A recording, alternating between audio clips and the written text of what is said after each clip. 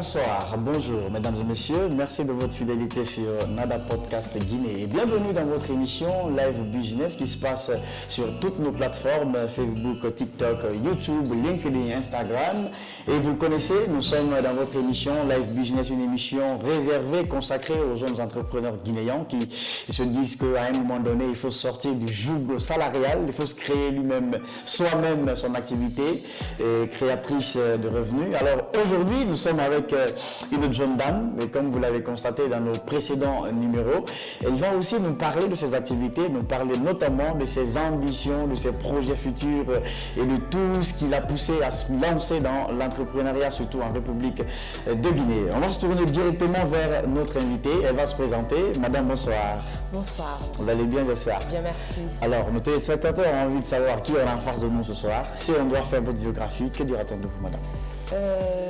Bonsoir à toutes et à tous. Je suis Keita Hawa, diplômée en licence en droit international de l'Université Kofi Annan de Guinée. Je suis entrepreneur évoluant dans l'événementiel, fondatrice de la Hack Business et Conseil, ayant en mon actif 3 autres entreprises, à savoir First Class Services, qui est une agence d'hôtesse accueil événementiel et de décoration, Hack Cleaning, qui est une société de nettoyage professionnel, First Class Academy, qui est le tout nouveau centre de formation spécialisé dans les métiers de l'accueil et de leurs dérivés. D'accord. Et je suis, allez-y. Je suis également la fondatrice de l'ONG Centre de protection et d'autonomisation des droits des femmes et aussi deuxième de film Miss Guinée en 2016 et deuxième de film Miss Naya 2016-2017. C'est bien de le mentionner. Ça fait plusieurs arcs à votre cœur. Bien sûr. D'accord. Alors, on va aller rapidement et dites-nous, nous entendons souvent dans les médias, dans des séances de formation, il y a des gens qui encouragent les jeunes Guinéens à se lancer dans l'entrepreneuriat. Vous-même qui êtes jeune mais aussi guinéenne, qu'est-ce que vous pourrez dire par rapport à l'entrepreneuriat? Qu'est-ce que l'entrepreneuriat selon vous? Déjà, l'entrepreneuriat consiste à être l'initiateur d'une entreprise professionnelle. Mais selon moi, l'entrepreneuriat, c'est se lancer dans l'inconnu. Okay. L'inconnu, pourquoi? Parce qu'on a tendance à maîtriser une chose, à connaître le travail que nous voulons faire jusqu'à ce qu'on se lance. Et c'est là, en ce moment-là, qu'on se rend compte qu'on ne maîtrise rien du tout. Et on se pose la fameuse question: mais dans quoi je me suis mis? Et quand cette question arrive, c'est que c'est chaud. Et pour moi, c'est là que commence l'entrepreneuriat. Okay. Pouvez-vous donc nous parler de votre parcours et de ce qui vous a poussé à vous lancer dans l'entrepreneuriat? Comme je l'ai dit en amont, je suis titulaire d'une licence en droit international de l'Université Kofi Annan de Guinée. Et donc, j'avais une vision idéalisée de ma carrière professionnelle. Du coup, je me voyais, j'aspirais à avoir un emploi privilégié dans une entreprise privée de la place. Et comme je l'ai dit, étant deuxième dauphine Miss Guinée 2016, après mon mandat, donc j'ai commencé à réfléchir sur ma carrière professionnelle et du coup j'ai cherché un stage qui a tout de suite abouti à un CDI quelques mois après. Et par la suite, j'ai commencé le travail, mais les réalités ont fait surface et ça n'a pas du tout été facile. J'ai été déçue et ce qui m'a poussé d'ailleurs à quitter le travail, ce boulot-là. Et par la suite, j'ai décroché un autre travail, mais la réalité a été aussi éprouvante que la précédente. Et à un moment donné, je me suis assise, je me suis posé la question, mais est-ce que travailler dans le monde professionnel, dans une entreprise privée, c'est vraiment ce que je veux? Et de l'autre côté, j'avais un proche, un ami à moi qui m'encourageait à entreprendre parce que ce que je ne vous ai pas dit, quand j'étais étudiante, j'étais hôtesse. C'était un job étudiant pour moi. C'était une façon pour moi de me faire de l'argent, de me faire des sous quand j'étudiais. Donc, ma carrière dans ce domaine-là m'a ouvert beaucoup de portes. Ce qui a fait que j'avais beaucoup de sollicitations de par-ci et par-là et beaucoup de personnes qui voulaient collaborer avec moi pour la création de nouvelles agences. Et donc, cet ami-là m'a demandé si j'ai toutes ces sollicitations-là, c'est peut-être parce que j'ai un potentiel à moi que moi-même j'ignore. Et pourquoi ne pas mettre ça en avant et créer le mien et voir ce que ça donnera. Et d'où l'idée de créer mon agence. J'ai adopté l'idée, voilà. Et First Class Services est né. C'était depuis 2017. Ça fait 9 ans que nous existons, même si on pense que je me suis réveillée hier pour arriver là aujourd'hui. Nous existons depuis 9 ans. Ça n'a pas du tout été facile, mais on dit alhamdoulilah, ça va. D'accord. Alors, dites-nous, depuis que vous avez lancé cette activité, qu'est-ce qui vous a le plus marqué? Qu'est-ce qui vous a le plus marqué là-dedans? Ce qui m'a le plus marqué depuis que j'ai créé, c'est l'engouement que les jeunes filles ont à vouloir faire ce travail. Wow. Oui. Et ça, déjà, c'est quelque chose qui me plaît, qui me pousse encore à mettre tous mes efforts dans ce travail-là. Parce que à longueur de journée, mais tous les jours, chaque jour qui passe, j'ai des demandes d'emploi, les jeunes filles qui veulent travailler dans ce domaine-là. Et ça, c'est quelque chose qui me plaît. Voilà. Okay.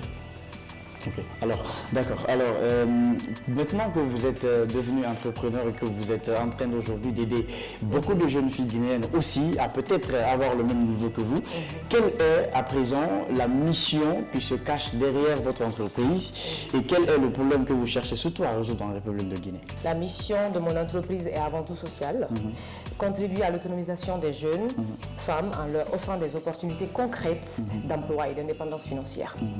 À travers cela, je cherche également à répondre à un problème dans notre société. Ce problème, c'est le manque de valorisation du secteur de l'accueil de l'événementiel dans notre pays. D'accord. Et ce sont des métiers souvent mal perçus, mais qui sont pourtant nobles et exigeants. Donc, ma mission est double. L'autonomisation, créer de l'emploi pour les jeunes filles, mais aussi imposer le respect et la reconnaissance pour ce travail-là. D'accord. Alors, la vie est faite de hauts et de bas. Alors, dites-nous à présent quels ont été les principaux défis dont vous avez dû surmonter pendant le lancement de votre entreprise, jusqu'à maintenant d'ailleurs. Pour vous situer un peu, comme je l'ai dit, je suis à la tête de 3 entreprises, directrice générale de First Class Services, agence d'hôtesse, Hack Cleaning, société de nettoyage, First Class Academy, centre de formation, et j'ai eu assez de défis et beaucoup d'obstacles.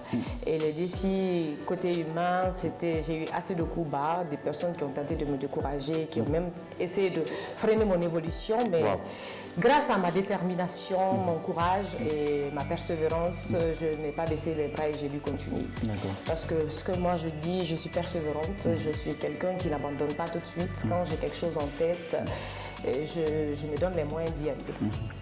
Donc malgré tout, les défis auxquels j'ai été confrontée par rapport à ça, surtout à mon jeune âge, ce qui me poussait d'ailleurs qu'à la base, au tout début, je n'assumais pas. Je n'assumais pas d'être la patronne de l'agence. Pour parler de ma première entreprise en fait. Quand je l'ai créée, j'avais tellement peur des coups bas des personnes, des gens, que je me faisais passer pour une gérante simple de cette entreprise-là.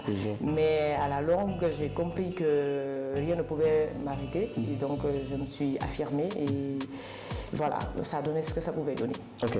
La question maintenant relative au financement, qui d'ailleurs est évoquée par beaucoup de jeunes entrepreneurs guinéens. Dites-nous comment vous êtes arrivé à financer votre entreprise. Est-ce que vous avez eu recours à un prêt bancaire? Est-ce que ça a été un financement sous fonds propres? Comment ça s'est passé? Non, je n'ai pas eu à faire de recours à quoi que ce soit.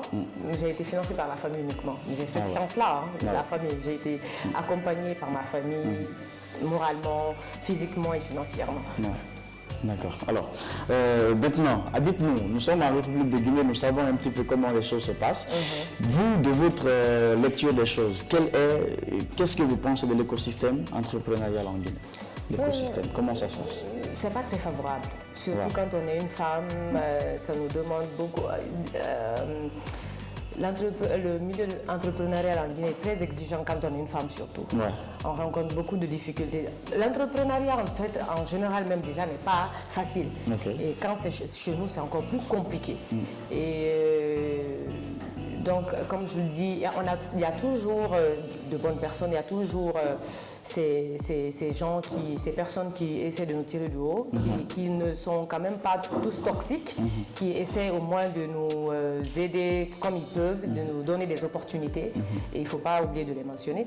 Mais en grande partie, c'est que le milieu, comme je l'ai dit, c'est pas favorable. Surtout quand on est femme, on essaie de vous mettre les bâtons dans les roues, on essaie vraiment de vous freiner et de vous empêcher d'évoluer. Mais il faut quand même avoir la tête sur les épaules et être professionnel en amour de ce que tu veux, de ce que tu fais pour pouvoir évoluer. D'accord. Alors parlons maintenant des stratégies que vous employez pour faire connaître votre entreprise. Quelles sont-elles? C'est la formation et la remise en question. Ok. C'est d'ailleurs pour ça que j'ai mis en place mon centre de formation pour pouvoir répondre aux besoins de la clientèle.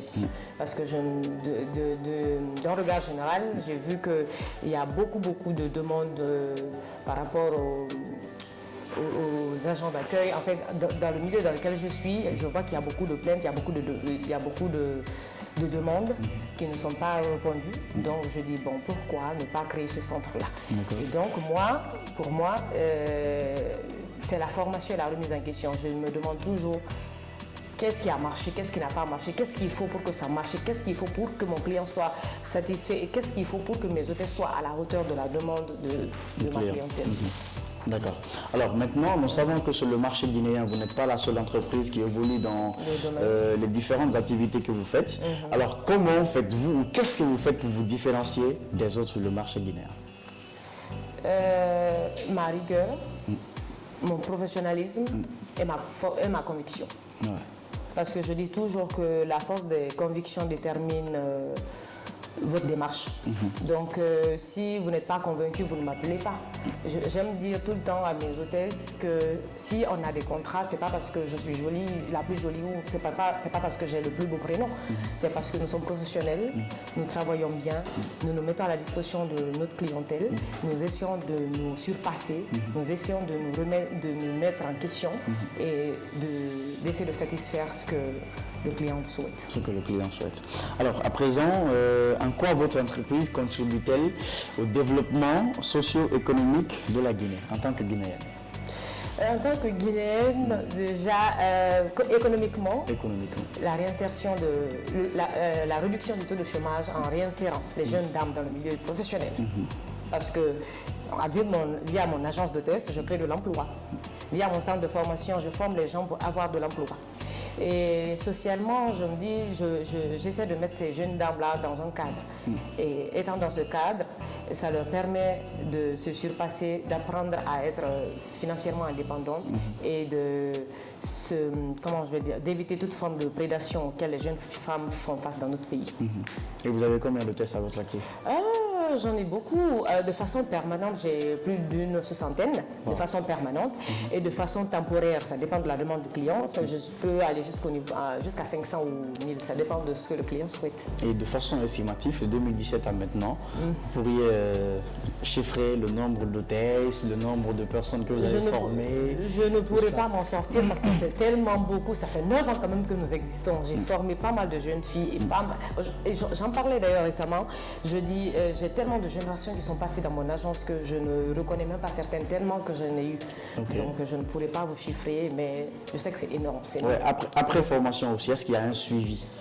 Après formation, il y a un suivi, surtout quand c'est le domaine de l'hôtessariat. Après déjà la formation, c'est comme si tu faisais un stage dans mon agence. D'accord. C'est-à-dire tu travailles avec moi, j'essaie de voir ton évolution et tout. Et tu n'es pas obligé de rester, tu peux partir, tu peux te trouver un autre travail. Et je réitère encore, la création de mon centre va dans ce sens-là. Donc on vous forme, on vous trouve des stages et par la suite, vu votre comportement et ce que vous souhaitez, on verra ce que ça donnera. D'accord, il n'y a pas de problème. Alors, vous-même qui êtes formatrice, alors regardez cette caméra, adressez-vous à cette jeune Guinéenne, cette jeune fille guinéenne qui veut se lancer mais qui doute encore, ou qui a les réserves. Ok. Donc, moi, ce que je dirais en tant qu'entrepreneur et en tant que jeune femme, je dirais de ne surtout pas hésiter. de se lancer dans l'entrepreneuriat. C'est pas facile, mais il faut que la personne sache que c'est plein d'obstacles. Il faut être persévérant, aimer ce que l'on fait, avoir la passion du travail, être déterminé, avoir le courage, être professionnel, et Dieu fera. Dieu fera le reste.